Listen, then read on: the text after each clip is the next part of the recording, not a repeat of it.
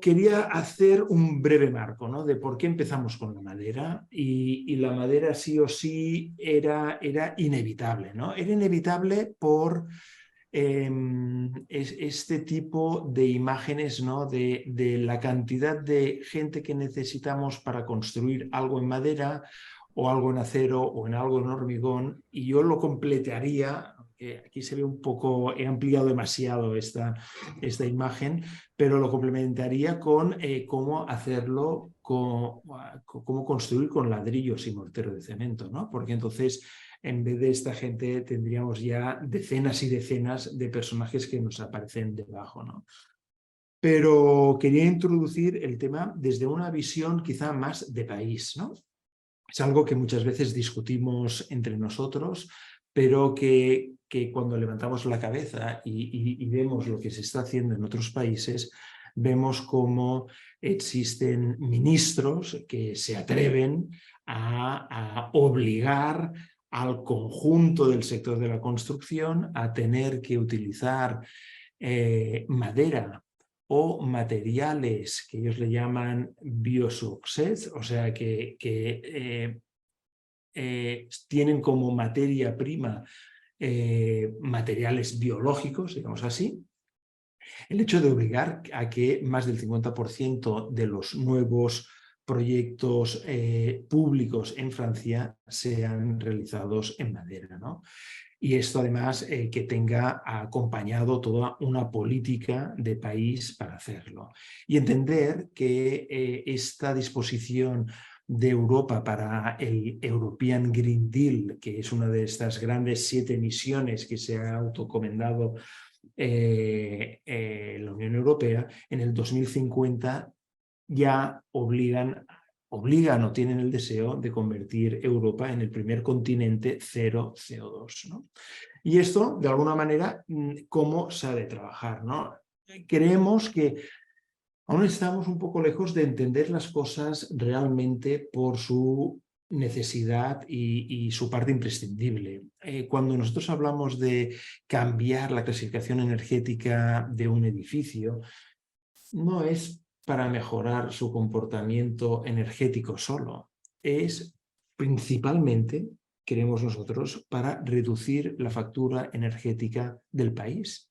Se debería entender de esta manera, ¿no? Ahora, recientemente ha aparecido una noticia de la OCU en Cataluña quejándose o denunciando la poca operatividad de lo que significa obtener una clasificación energética, porque la puedes obtener a distancia, por correspondencia y por 29,99 euros, ¿no? Esto no es la manera de actuar, y esta manera de actuar implica que ha de haber una segunda intención desde la manera en que hemos de entender cómo el BIM, la madera, la industrialización puede aportar algo mejor a nuestra sociedad, ¿no? En este sentido, podemos ver cómo empresas como Bouygues, ¿no? Trabajan ya desde otro punto de vista. Y esto lo deberíamos tener que incorporar también en los modelos de producción, de edificación, de construcción y de obra pública que nosotros tenemos aquí. Porque viviendo en Barcelona solamente nos separan 1 hora y 3/4 de Francia, y de ver este tipo de approach, verlo directamente introducido en la manera de trabajar de una de las grandes constructoras, ¿no? Que además el hecho de utilizar madera no es solamente el hecho de utilizar un material que es más ligero que otro, sino que se ha de entender como un mecanismo incluso de reforestación y de regeneración del territorio de un país, ¿no? En este sentido. Y esto, bueno, da lugar a este tipo de imágenes que utilizan, ¿no? De la importancia de ligar la utilización de la madera, el CO2, de la manera en que se industrializa esta madera, de la manera en que se gerencia un bosque para poder obtener este material. Y debemos recordar a todos que la madera es el único material de construcción, junto con el bambú, que se cultiva. Y esto es algo que no es baladí ni trivial.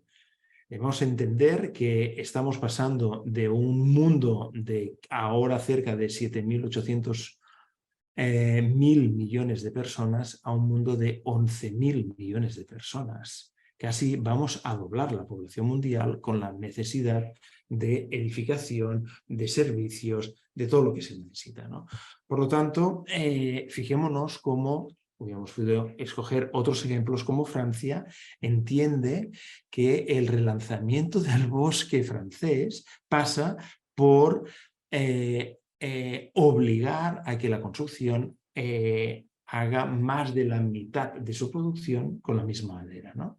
O sea que tampoco es una decisión directa, sino es una decisión compleja. Y lo podéis ver aquí como, además, deciden incorporar en el presupuesto general de su Estado 200 millones de euros para este plan de relanzamiento de todo lo que significa la gestión forestal.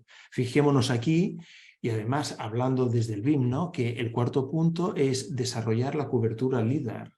Ostras, nos están diciendo que van a hacer nubes de puntos de todos los bosques para empezar a contar las cabezas de pinos y de árboles que están naciendo en un sitio. Entonces, hombre, es una manera totalmente distinta de cómo intentamos relanzar los sistemas constructivos aquí, ¿no?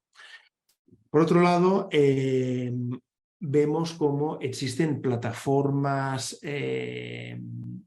digamos así, BIM para agrupar materiales y vemos la necesidad de incorporar los materiales de madera en estas plataformas y de entender este platform thinking como, oye, si hay productos de otros sectores, ¿de qué manera tendrían que estar en este tipo de plataformas, ¿no?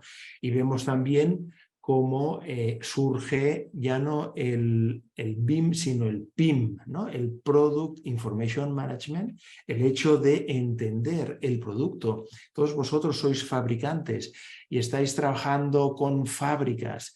¿De qué manera el producto tiene un valor dentro de este ecosistema BIM totalmente distinto, ¿no? Ya no hablamos solamente de diseñar con proyectos BIM, sino incluso diseñar el producto BIM para ser utilizado en estas plataformas. Y esto implica alguien que lo ha hecho y es del sector cerámico, lo han hecho desde Hispalit, el hecho de buscar materiales según la definición y según la necesidad de dónde nos encontramos constructivamente dentro de un edificio para encontrar aquellas soluciones que el mercado provee, ¿no? Y esto en la madera lo encontramos a faltar y queremos que este tipo de sesiones hagan pensar, ¿no?, a quien tenga que decidir en este sentido el hecho de cómo poder apoyar este tipo de materiales, ¿no? Y esto además, porque podríamos hablar también, igual que se habla del BIM, BAM, BOOM, pues podemos hacer una lectura similar del PIM, PAM, PUM, ¿no? O sea, cómo este Product Information Modeling se podía transformar en un Product for Assembly y Manufacturing para el PUM, pensando en una arquitectura circular y en una construcción circular, que significaría pues este Product for Operation and Optimization Management, ¿no?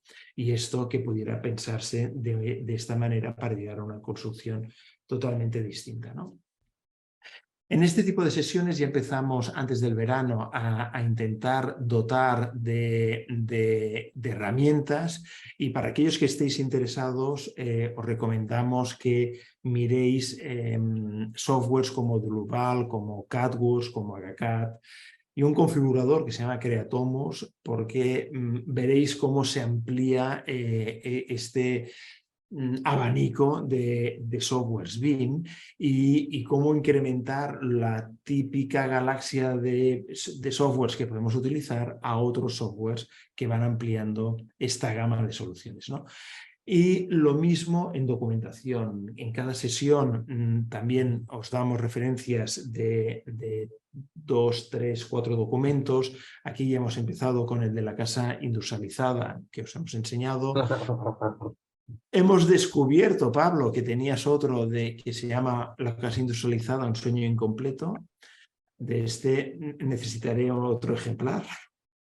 Y además, no podemos obviar que el 29 de junio de este año se aprobó el Plan BIM España. Yo diría con cierto retraso, pero bueno, es mejor tarde que nunca y yo creo que entre todos hemos de empezar a hacer esta presión para que dentro de este plan BIM en la contratación pública se empiece a pensar de dotar a nivel de país quizás, ¿no? de una estructura de cómo han de ser los objetos BIM, de cómo la madera ha de trabajar en ello, de cómo vuestras empresas tendrían que vincularse a esto para ayudar al final a que el arquitecto técnico, el constructor puedan entender que puedan utilizar esta manera de trabajar, ¿no? El plan BIM en la contratación pública en Francia, pues ya vemos lo que dice en la primera página es, señores, cualquier construcción pública, que son todas las que se van a contratar de forma pública, como mínimo tendrá que tener el 50% de madera. Y eso es un cambio total y un cambio de mercado bestial, ¿no? Y por último, también nos hemos permitido, Pablo, esta idea de que tenemos un podcast sobre construcción industrializada y madera, y yo creo que aquí de forma colaborativa vais llamando a distintos interlocutores. Yo creo que es una gran fuente de información para todos nosotros, ¿no? Aquí termina mi presentación. Yo lo que quería era hacer como una panorámica de por qué estamos hoy aquí.